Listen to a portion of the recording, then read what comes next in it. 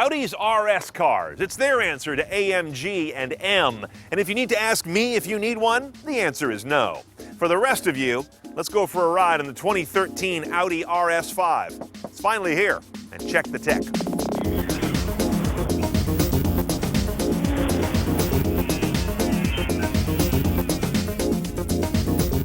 Spotting an RS is not difficult. Go to the grill. When you see that chainmail ripped off the bosom of King Arthur, you know you found one.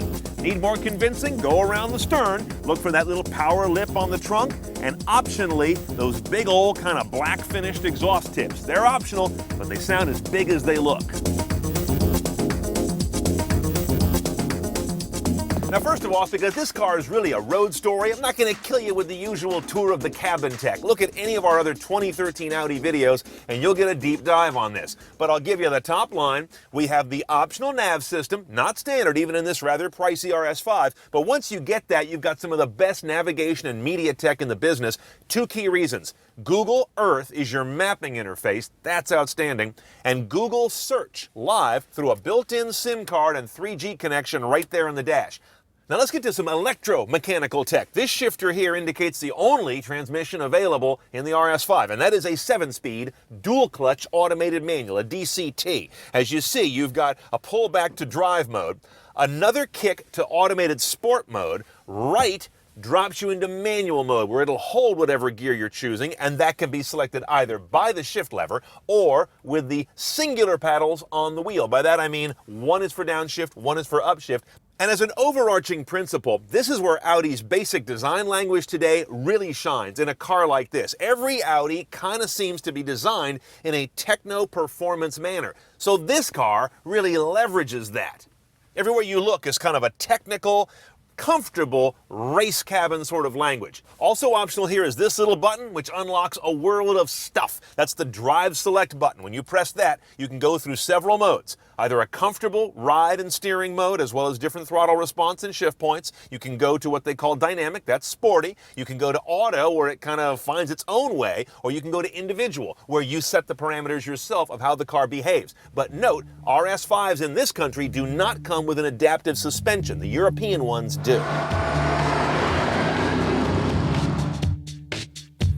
Now up front in the RS5 is a V8, but kind of a pocket V8. Not by today's standards, but back in the old days, we used to call this thing a rat motor, a little small block. It's a 4.2 liter, naturally aspirated. No turbos or superchargers here, although Audi does use those in some cases, not on this guy. And that makes it kind of an honest motor at 450 horsepower, but note the torque. 317 foot-pounds. I don't think I can recall a bigger delta between those two in any car we've reviewed lately. So I'm going to be intrigued to see if it's gutless in any part of the rev range. 0 to 60 on this 4,000-pound car takes only 4.5 seconds, so clearly something's working down here. Now, as I mentioned, this power only goes out through one transmission, a 7-speed dual clutch, and only through quattro all-wheel drive, which in this case is kind of sport-tuned to put 60% of the power down to the rear wheels by default, a sporting choice. And it's also got some cornering logic, some torque vectoring. As you're going around a corner hard, it's going to put more power to the outside rear to kind of wheel you around and counteract this car's tendency toward understeer. You've got the three faces of Eve with this car. First of all, in standard drive mode, and maybe you've got the Drive Select, that optional personality selector in auto, for example. This is a really nice everyday driving car, obviously, with a lot of skills. But then if you drop this guy into sport, with one more kick back on the wheel, lots of things change. Everything sharpens up, gears get held longer. It's very noticeable, but it's not nuts. You also get your throttle blipping logic now, so as you come down in speed, the car will rev and blip and grab the next gear that way. It's all very cool stuff, and it sounds great and all that. Put it over here in manual now, and get on these paddles that I so wish were on the column. And this is where this car obviously really shines. The grip and the neutrality of it are so nice. They've really dialed in this quattro system, I think my favorite of any of the Audis. And there's no drama. That's what's interesting about this car. You know, a lot of cars that have this kind of pretension, they're very high strung. This car is not, and that, I think, is part of the interesting balance between horsepower and torque.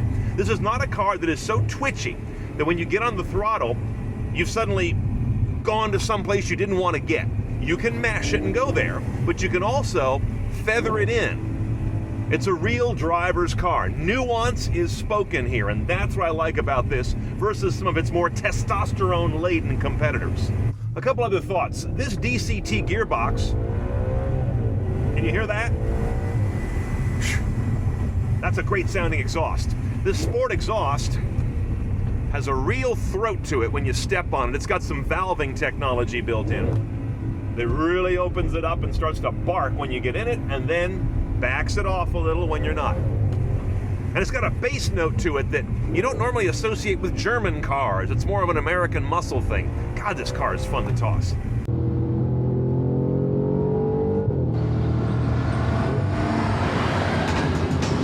Okay, let's price this 2013 Audi RS5.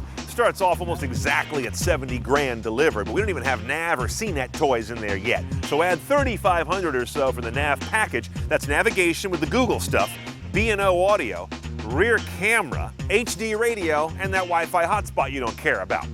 Now, $3,250 more gets you a driver assistance package that is actually kind of cool. It gets you adaptive cruise control.